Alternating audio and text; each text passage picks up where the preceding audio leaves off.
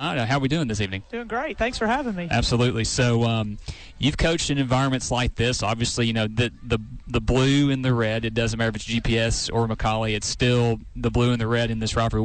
Is this a typical atmosphere on the diamond between both of these squads? Or? Yes, I always joke about it doesn't matter if red's playing blue, if they were meeting to pick up nails, who could pick up nails fastest, or whatever the scenario will be, there's going to be a great crowd that turns out that's definitely going to be either blue or red. Yeah, and it's you guys are going to be going, I think, playing at GPS tomorrow, right? That's correct. So I mean, kind of talk about, I guess, that kind of thing. Obviously, you had a big win last night, a day off today. You still practiced earlier this afternoon, but I guess it doesn't matter. It doesn't matter what the record is. It doesn't matter where it's at. It's still a big game for you and your team. Oh, yeah, it's a huge game. We're just getting into the region part of our season, and it's for seeding. We don't have a region tournament, so the seeds are really important for postseason play. If you're the 1 seed, you host a 2 out of 3 series going into the state tournament. So that's huge to be the 1 seed and get to host that round. And so yeah, I mean, we've got it's a big region game with the region implication on the line. All right, Coach. So when you're in these things and you talk about go out there and have fun, is there a fun element to the game, or is it all business and the fun comes with winning? Well, we try to remind the kids every day that we play the sport and the game for fun, and I really try to keep that in perspective for the kids. We have a lot of pressure put on us, especially the young kids these days, from a lot of different angles, socially, academically, athletically. And so we try to keep things in perspective and keep the fun in it. But winning's definitely what makes it more fun. Yeah, now you talk about the student athlete and kind of social media and stuff that comes with all that and the off-the-field bullying. But looking at this GPS matchup, what's the Baylor team going to do to come away with a victory in this series with them coming up next couple games? Well, we like to keep our focus on ourselves and not so much what GPS is going to do. I mean, we have a plan and things in place, but we try to just, again, focus on what we do well, play our game, and one inning, one pitch at a time, and win each inning, and that's kind of where we keep our focus.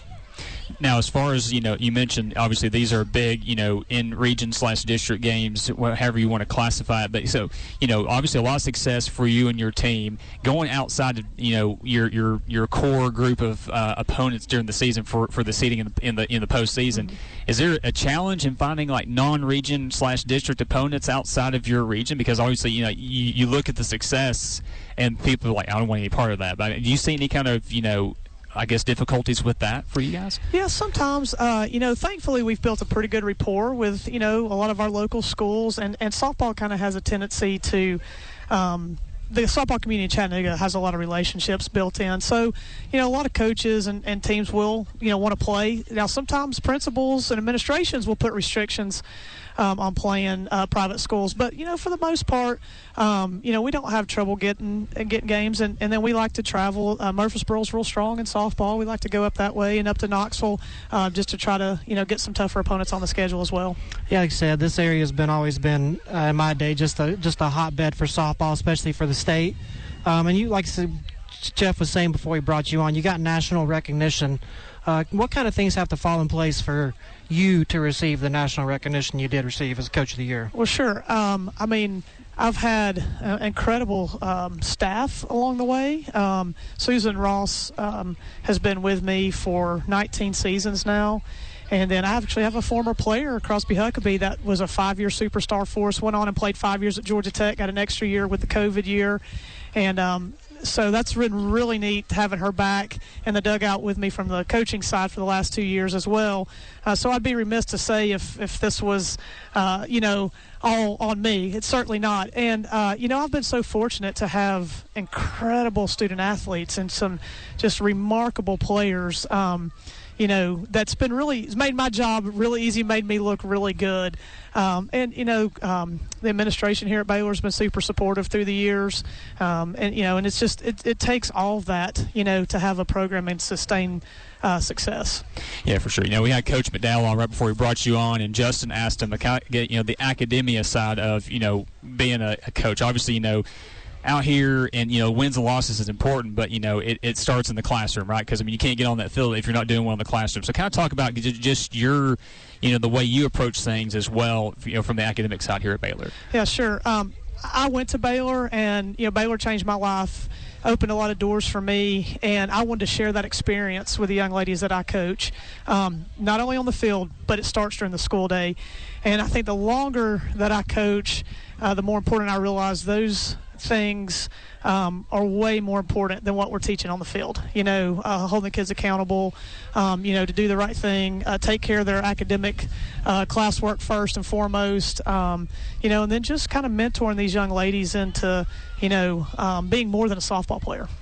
All right, Coach, last game of the season, you're going in for a win. Would you rather it be a 13-11 matchup like we saw with Tennessee and Kentucky, or would you rather it be a pitcher's duel, 2 aces on the mound, and it's a 0-0 going into the bottom of the 9th inning there? Either way is fine. The game I grew up playing was definitely that 1-0, 2-1 ball game. Right.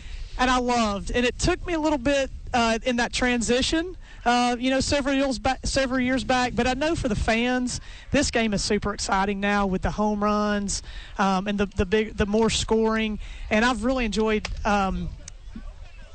learning. As a foul ball goes flying overhead here. I've really enjoyed for the fans and just how the sport's grown and the national attention that our sports receiving. And I encourage anyone listening tonight, if they do not watch college softball, they need to tune in, especially as regional, super regional, and the World Series takes place in May and June. It's phenomenal to watch. And just bring it back to the local level. I mean, there's so much great talent. We were mentioning just the pitchers that are like in the top 10 or 20 as far as strikeout goes. So, it's great to get the action at the plate, but, we talked about, a couple of pitchers you're going to be seeing in the next week, Cunningham at Silverdale and then Kelly Kilgore at South Pittsburgh. It just goes to show that it's a, just the athletes, not just at the plate, but on the bump or out here on the field are really good too. Yeah, we had a great matchup 2 weeks ago with Silverdale in a weekend tournament. We matched up in the finals, and it was a 1-0 ball game after there 6. You go.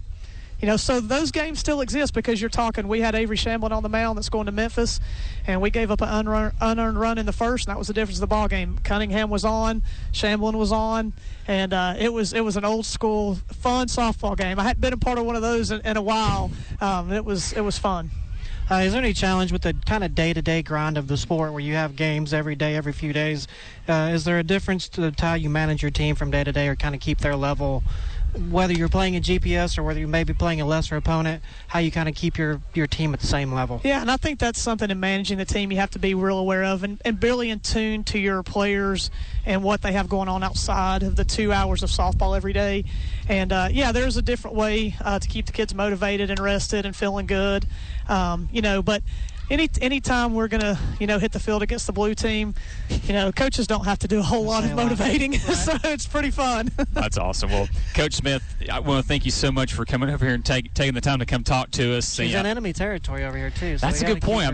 We got some pretty funny looks over here. I don't know if they're scared or just whatever. But so I guess keys to, the stretch run of your season. Like you said, we have a lot of your core opponents are in this stretch, but you have some pretty good non-region / district opponents, like we mentioned with Silverdale and South Pittsburgh. Kind of, where's your team's mindset, and what are you telling them going into the final stretch run of the regular season as the postseason's upon us? Sure, we still are very much in a mindset of one day at a time. Mm-hmm. And yesterday we had a great game, a great win, and I said, okay, we're not even thinking about Wednesday. We're going to think about how well we're going to practice on Tuesday and prepping for Wednesday, but we've got to come in with a mindset to practice hard and have a great practice day, focus on Wednesday, then we focus on Thursday, so we're still, just again taking it a one day at a time approach right now. For sure. Well, Coach, good luck tomorrow night against GPS and the rest of the season, and we'll be keeping an eye on it, and thanks for taking the time to come join us on Off the Bench Radio. Yeah, thank you so much.